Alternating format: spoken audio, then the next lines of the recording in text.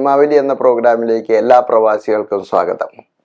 നമ്മൾ ഇന്നിവിടെ സംസാരിക്കാൻ പോകുന്ന സബ്ജക്റ്റ് ഡ്രിങ്ക് ആൻഡ് ഡ്രൈവ് അതിനെ കുറിച്ചാണ്. പ്രത്യേകിച്ച് നമ്മൾ UAE എന്ന സ്ഥലത്ത് പ്രത്യേകം ശ്രദ്ധിക്കേണ്ട ഒരു കാര്യം മദ്യപിച്ച് വാഹനം ഓടിക്കുക എന്നുള്ളതാണ്. ഏതെങ്കിലും പോലീസിനെ വിളിക്കേണ്ട സാഹചര്യം വരും. ഇങ്ങനെ നമ്മൾ പോലീസിനെ വിളിക്കുമ്പോൾ അവർ ആദ്യം ശ്രദ്ധിക്കുന്നത് നമ്മൾ മദ്യപിച്ചിട്ടുണ്ടോ എന്നുള്ളതാണ്. അവർ നമ്മളടുത്ത് ചോദിക്കും, നമ്മൾ എന്ത് പറഞ്ഞാലും അവർക്ക് മനസ്സിലാവും.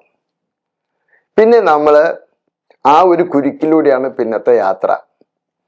അതായത് നമ്മളെ കൊണ്ടുപോകുന്നു, നമ്മളെ ടെസ്റ്റ് ചെയ്യുന്നു. അപ്പോൾ സ്വാഭാവികമായിട്ട് നമ്മൾ മദ്യപിച്ചത് കാണാം.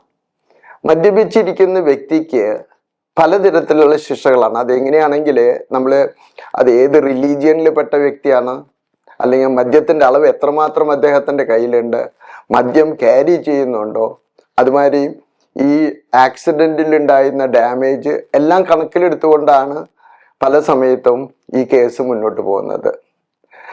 ചില സമയത്ത് ഈ കേസ് വളരെ രൂക്ഷമായിട്ടും വരാറുണ്ട്. അപ്പോൾ ചില വ്യക്തികൾ എന്ത് ചെയ്യുക വെച്ചാൽ വാഹനം നിർത്താതെ പോവാം, അല്ലെങ്കിൽ ഒരു പക്ഷേ പിന്നീട് റിപ്പോർട്ട് ചെയ്യാം. പക്ഷെ അതാവുമ്പോൾ വീണ്ടും പ്രോബ്ലത്തിലേക്ക് പോകും. കാരണം ഒരുപക്ഷെ ആക്സിഡൻ്റ് ആയ വ്യക്തി മദ്യപിച്ചിട്ടില്ലാതെ തന്നെ വാഹനം നിർത്താതെ പോകും. പക്ഷേ പോലീസിന്റെ നിഗമനത്തിൽ ആ വ്യക്തിക്ക് ലൈസൻസ് ഇല്ലാതായിരിക്കാം, അല്ലെങ്കിൽ വാഹനത്തിൽ എന്തെങ്കിലും ഡ്രിങ്ക്സോ മറ്റെന്തെങ്കിലും ക്യാരി ചെയ്യുന്നതുകൊണ്ടായിരിക്കാം, അല്ലെങ്കിൽ വാഹനത്തിന് ശരിയായ ലൈസൻസ് ഇല്ലാത്തതുകൊണ്ടായിരിക്കാം, രജിസ്ട്രേഷനോ ഇൻഷുറൻസോ മറ്റെന്തെങ്കിലും ഇല്ലാത്ത, അല്ലെങ്കിൽ വേറെ ഏതെങ്കിലും വ്യക്തി ഓടിക്കുക എന്തെങ്കിലും ആയതുകൊണ്ടായിരിക്കണം ഇവർ നിർത്താതെ പോയെന്നായിരിക്കും അവരുടെ കണക്കൂട്ടൽ. അപ്പോൾ ഓരോ ആക്സിഡൻസും നമ്മൾക്ക് നമ്മുടെ ഭാവിയെ തന്നെ മാറ്റിമറിക്കുന്നതാണ്. കാരണം മദ്യപിച്ച ഒരു വ്യക്തി മാത്രമല്ല, അവരുമായിട്ട് ബന്ധപ്പെട്ട അവരുടെ കുടുംബത്തെ, ജീവിത പങ്കാളി, അല്ലെങ്കിൽ അവരുടെ കുട്ടികളുടെ എഡ്യൂക്കേഷൻ എല്ലാം താറുമാറാവാണ് ഈ ഒരു സാഹചര്യത്തിലൂടെ ഉണ്ടാവുന്നത്.